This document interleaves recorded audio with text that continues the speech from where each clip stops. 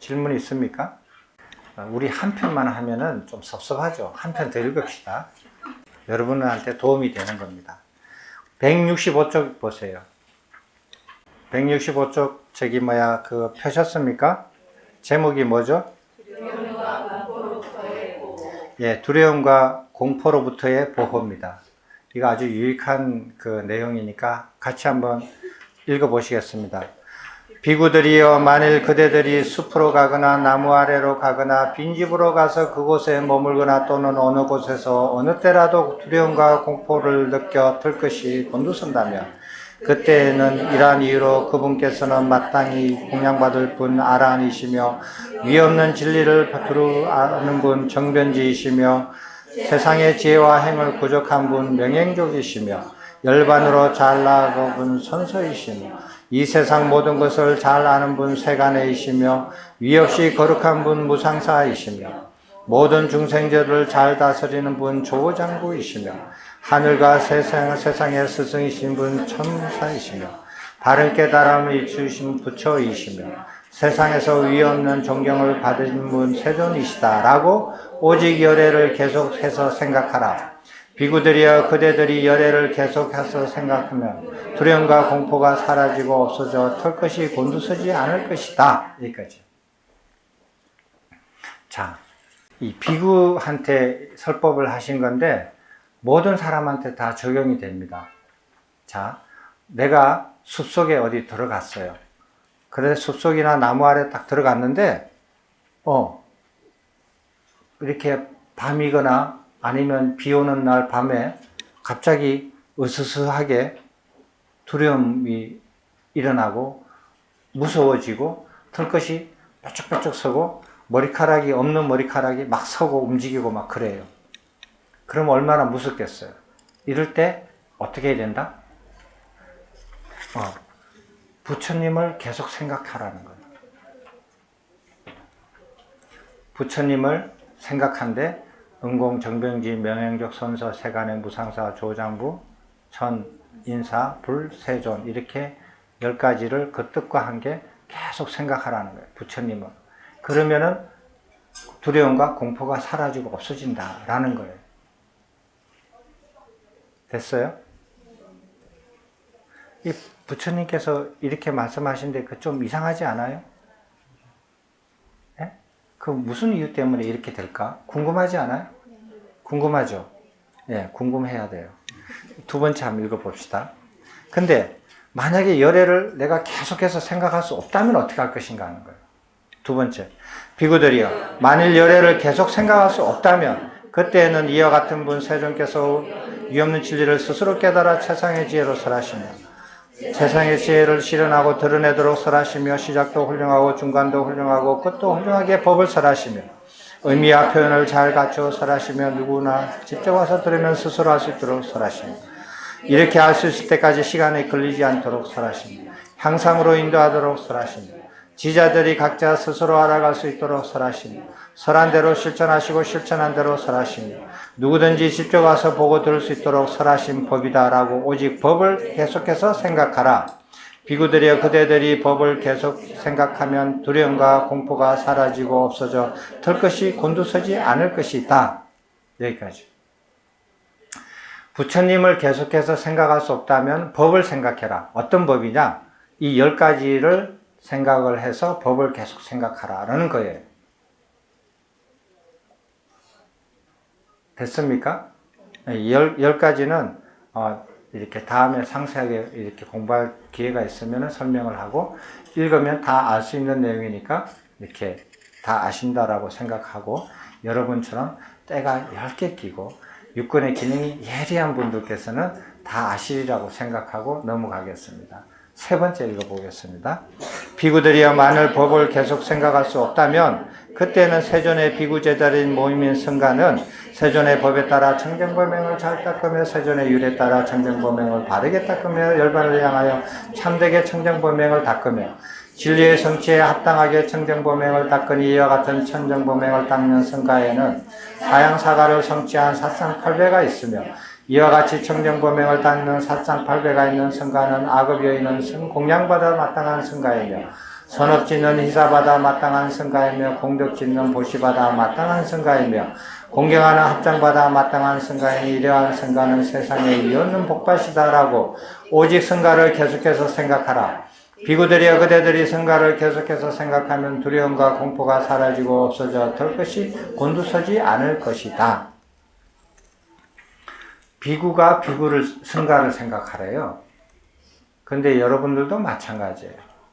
그렇게 해서 계속 생각하면은 이러이러한 조건 10가지 조건으로 이루어져 있는 승가를 계속해서 생각하면은 두려움과 공포가 없어지고 털 것이 안 설 것이다. 이렇게 부처님께서 말씀하셨어요. 자, 그 이유가 뭔가 하는 거예요. 그 이유를 한번 생각해 보셔야 돼요. 자, 한번 읽어 보시겠습니다. 그것은 무슨 까닭인가? 비구들이여 탐욕을 제거하고 성냄을 제거하고 어리석음을 제거하여 바르게 깨달은 열애는 인간과 사문과 브라만과 천신과 마라와 범천에서 어느 누구와도 비교할 수 없는 어뜸이라. 어떤 중생에게도 어떤 생명에게도 어떤 존재에게도 두려워하지 않고 공포를 느끼지 않고 떨지 않고 도망치지 않고 털 것이 곤두서지 않는다. 이러한 열애를 계속 생각하면 그들에게도 두려움과 공포가 사라지고 없어져 털 것이 곤두서지 않을 것이다. 이게 무슨 말인지 이해되십니까? 이거는 무슨 말이냐면은 석가모니 부처님께서 스스로를 말씀하시는 거예요. 열애는, 나는 모든 인간들 중에서, 그리고 모든 종교인들 다 포함해서 외도들, 바른도들, 모든 사람들 다 존재하고, 그 다음에 천신들, 그 다음에 범신들, 마라들, 모든 것들을 다 포함해서 중생들, 생명들, 존재들, 이런 것들 다 포함해서요. 어떤 존재하고도 포함해서 비교해서 열애보다 나은 존재가 없다. 수승한 존재가 없다라고 말씀하시는 거예요. 그래서 열애는 어떠한 존재들이나 생명이나 중생에 대해서 두려움을 느끼지 않고 공포를 느끼지 않고 털것이 서지 않고 도망치지 않고 그렇다 이거예요. 열애가 그렇다라는 거예요. 부처님은 어떤 상대를 보더라도 두려움이나 공포가 생기지 않는다라는 거예요. 됐어요? 그러한 열애를 너희들이 지속적으로 생각하면 열애와 같이 두려움과 공포가 생기지 않는다라고 말씀하시는 거예요. 왜 그래요? 네? 그도 세존께서 옷드내셔서 다른 존재들을 모두 도망하셨습니다. 그래서 그 의미를 한번 생각해 보셔야. 두 번째 이유를 한번 보십시오. 비구들이여 탐욕과 성냄과 어리석음을 제거함으로 인도하고 바른 깨달음으로 인도하는 열애의 법은 인간과 사문과 브라만과 천신과 마라와 범천의 가르침 가운데 어느 가르침에도 비교할 수 없는 어뜸이라. 어떤 중생과 어떤 생명과 어떤 존재의 가르침에도 두려워하지 않고 공포를 느끼지 않고 떨지 않고 도망치지 않고 털 것이 곤두서지 않는다. 이러한 열애의 법을 계속 생각하면 그대들에게서 두려움과 공포가 사라지고 없어져 털 것이 곤두서지 않을 것이다. 이것은 무슨 소리냐면요. 부처님의 가르침은 이 세상에, 이 우주에, 이 삼천대천 세계에서 어떤 사람의 신이나 범천이나 생명이나 존재들이나 중생들의 가르침과 비교해서 어뜸이다 이거예요. 어뜸이기 때문에 가르침으로 비교해서 가르침 때문에 내가 다른 가르침을 봐서 거기에 대해서 두려움을 느끼거나 공포를 느끼거나 털 것이 곤두서지 않는다라는 거예요. 그래서 부처님의 가르침을 지속적으로 계속 생각하면 두려움이 없어지고 공포가 사라지고 털 것이 서지 않는다라고 말씀하시는 거예요. 한 번 더 읽어보세요. 비구들이여 탐욕과 성냄과 어리석음의 제거함으로 나아가고 바른 깨달음으로 나아가는 열애의 비구 제자들의 모임인 승가는 인간과 사문과 브라만과 천신과 마라와 범천의 무리 가운데 어떤 무리에도 비교할 수 없는 어뜸이라. 어떤 중생과 어떤 생명과 어떤 존재의 무리에도 두려워하지 않고 공포를 느끼지 않고 떨지 않고 도망치지 않고 털 것이 곤두서지 않는다. 이러한 승가를 계속해 생각하면 그대들에게서 두려움과 공포가 사라져 없어지고 털 것이 곤두서지 않을 것이다. 여기까지요. 마찬가지로 승가를 비교를 하면 이 단체들은 이 삼천대천 세계에서 어떤 단체에 비교하도 뒤떨어지지 않고 최고의 어뜸이기 때문에 어떤 단체를 비교해서 그 단체로부터 두려움을 보거나 공포를 느끼거나 털것이 곤두서지 않는다 이 소리예요. 그렇기 때문에 이 승가를 지속적으로 생각하면 그 생각하는 너희한테도 두려움과 공포가 사라지고 털것이 서지 않는다라고 말씀하시는 거예요. 자, 이게 무슨 소린가 한번 보십시오. 이 뜻을 아셔야 돼요. 자, 여기 내가 군대로 한번 비교를 해볼게요. 그 보살님들은 좀 이해가 좀 빨리 될란가 모르겠어요. 여기 예비군 아저씨들이 20-30명 아니면 대여섯 명 떼를 지어가지고 이렇게 그 시내를 걸어가고 있어요. 됐죠? 그런데 저 앞에 군인들 중에서 해병대가 비슷한 숫자로 떼거지로 서로 마주치고 있어요. 그럼 어떻게 지나가요? 해병대들은 계속 얼굴을 들고 가고 저기 예비군들은 고개 숙이고 지나가야 되죠. 그죠? 그럴 거 아니에요? 그렇죠. 근데 이 해병대들은 고개를 빳빳이 들고 들어가요. 그러다가 눈 마주치면 어떻게 돼요? 죽지. 그날 죽는 날이야.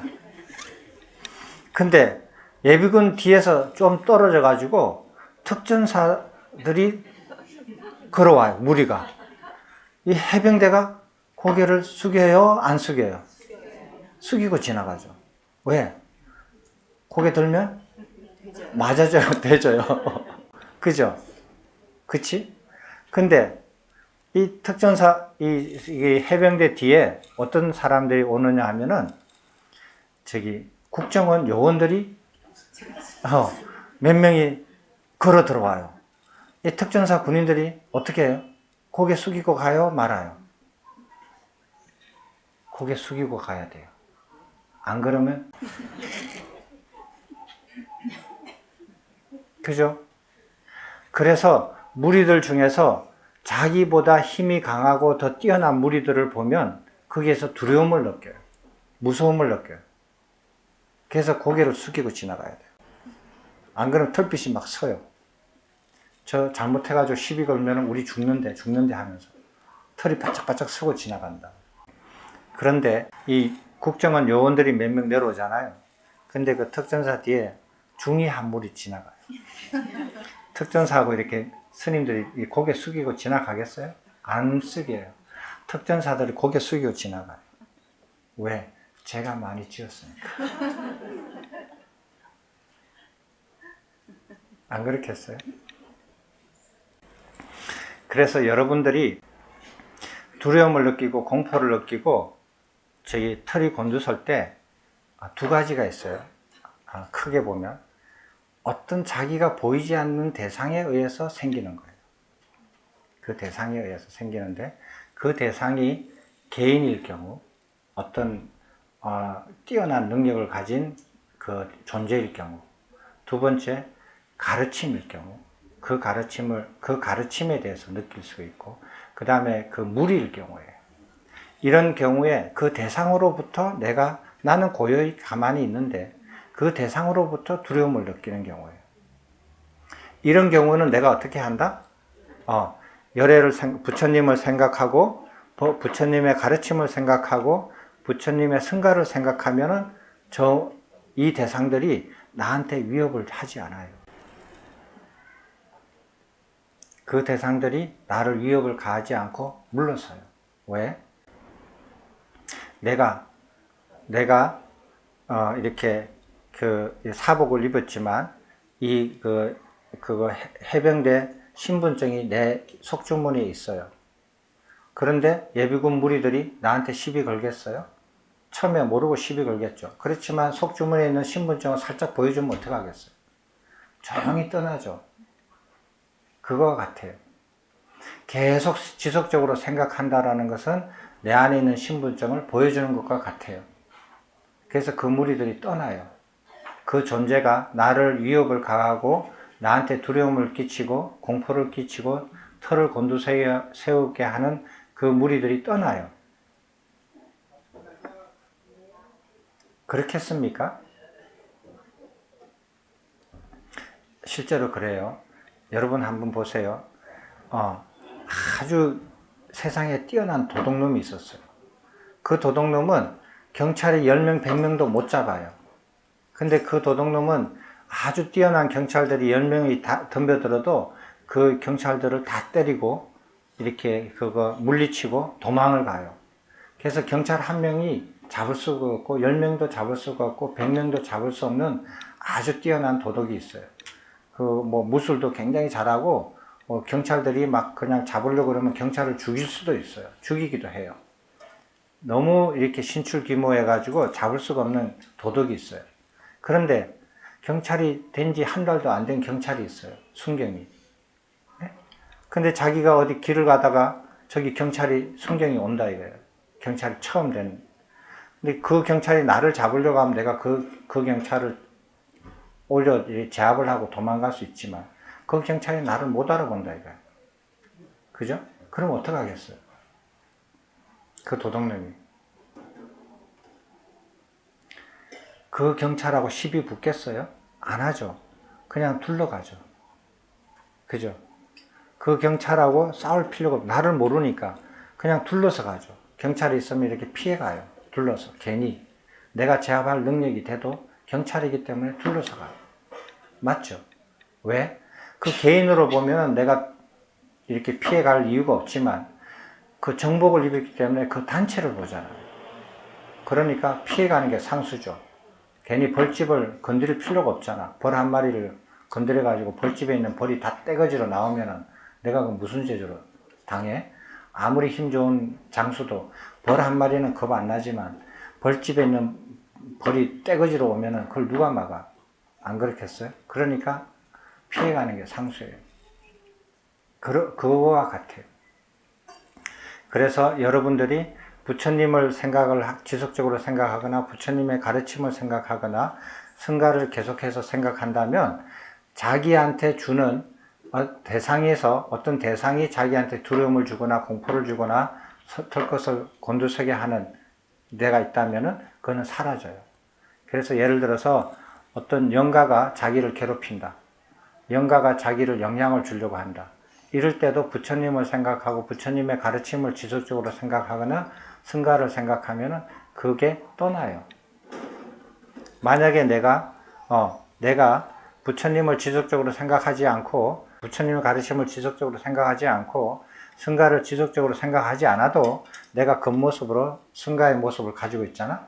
그럼 걔가 피해가 둘러가. 내가 아무것도 몰라도 영가를 볼 줄도 모르고 뭐 이렇게 할 줄도 몰라도 영가가 나를 피해가. 이렇게 나쁜 영향을 주려고 하지를 않아. 그런데 나한테 영향을 준다 이러면은 이렇게 해서 피해가라는 거예요. 두 번째, 두려움과 공포가 털것이 곤두서는 게 바깥 대상에서 오는 게 아니라 지 속에서 난다. 자기가 스스로 이렇게 그거 일으키는 거예요. 엄마나 무서워 이렇게 하면서 네?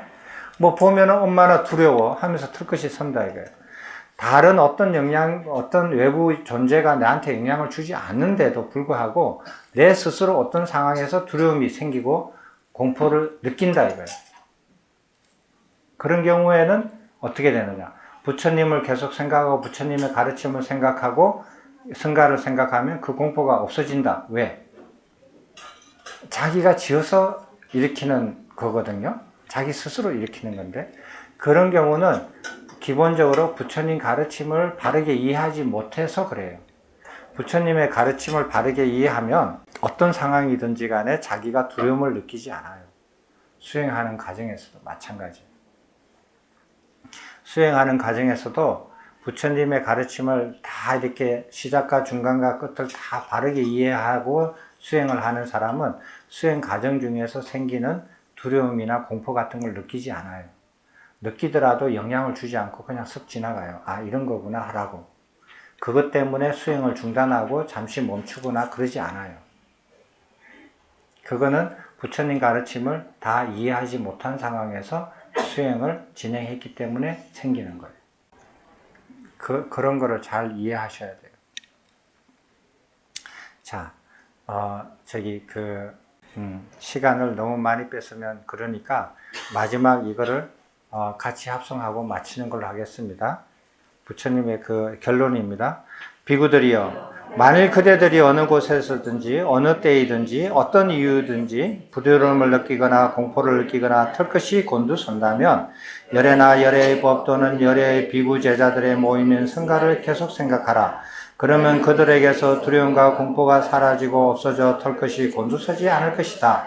이와 같이 하였음에도 그들에게서 두려움과 공포가 때로는 사라지고 없어지기도 하고 때로는 사라지지 않고 없어지지 않기도 하는 일은 일어나지 않는다. 이와 같이 하면 그대들에게서 두려움과 공포가 반드시 사라지고 없어질 것이다. 되셨습니까?